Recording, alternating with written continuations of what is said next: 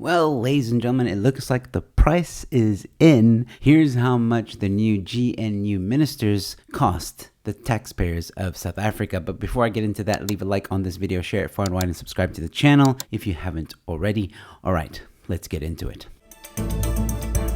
Criminals must taste you. Ma'am, can you give me protection from yourself? Did I hear that correctly?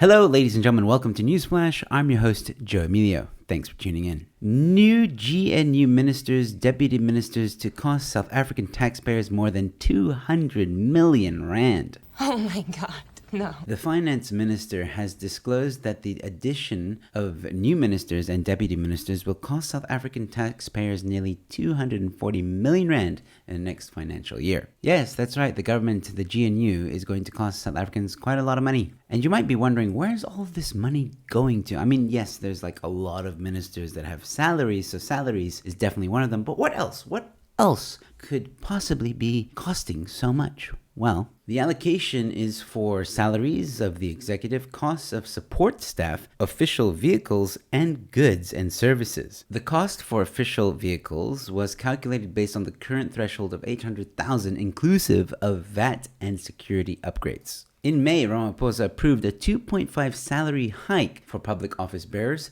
including ministers and deputy ministers. As a result, cabinet ministers now earn 2.69 million rand annually, while deputy ministers' salaries have risen to 2.2 million rand per year. Ministers and their deputies also enjoy a host of benefits beyond their salaries. This includes access to luxury vehicles, VIP protection services, and allowances for international travel. Additionally, ministers and deputy ministers reside in ministerial homes located in Pretoria and Cape Town, collectively valued at approximately 967 million rand. Listen properly. Utility costs for these properties are also subsidized with free water and electricity, provided up to a cap of 5,000 rand per month. Yeah, so that sounds like a pretty sweet deal. You basically don't have to pay for anything. You just have to worry about your food every month, and that exorbitant salary is more than enough to cover for food. That's for sure. I mean, you don't have to worry about your cell phone contracts. If you want an iPad, you can get one. If you want a car, you can get one. Your travel expenses are covered. Everything is basically covered, and then on top of that, you get a pretty awesome salary. But what makes South Africans very angry is that it's their hard-earned money that makes it possible for ministers to have all this free stuff. It's our hard-earned money that the ministers or the politicians are taking for doing absolutely fuck all. The only thing they've done is, well, the previous administration at least, has run this country to the ground. And the GNU doesn't seem to be doing that much better. Yes,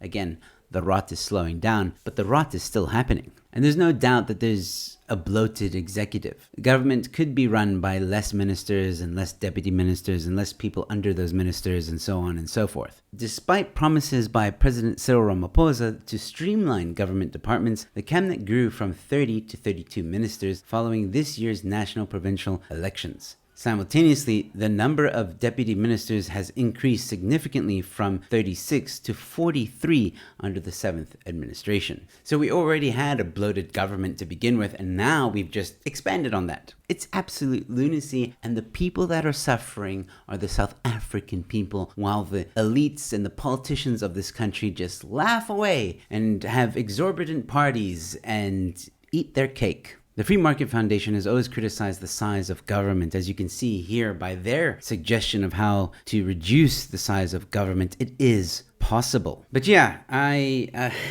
this kind of stuff really angers me because, again, while these people get such high salaries and don't have to worry about paying for literally anything else, there's a lot of South Africans in this country that are poor and don't know where their next meal is going to come from. While these elites sit in their mansions and their houses, and by the way, some of them have a lot of houses, and just laugh. Not a care in the world. Absolutely despicable. That's absolute bullshit. But let me know your thoughts in the comment section below, ladies and gentlemen. And while you're there, leave a like on this video, share it far and wide, and subscribe to the channel if you haven't already. I've got more content coming your way. And with all that being said, your newsflash is in.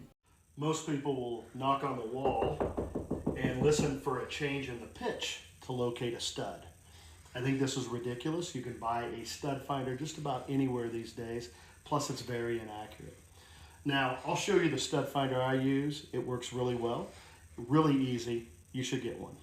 Simply place the stud finder on the wall, move it either direction, and it quickly locates the stud.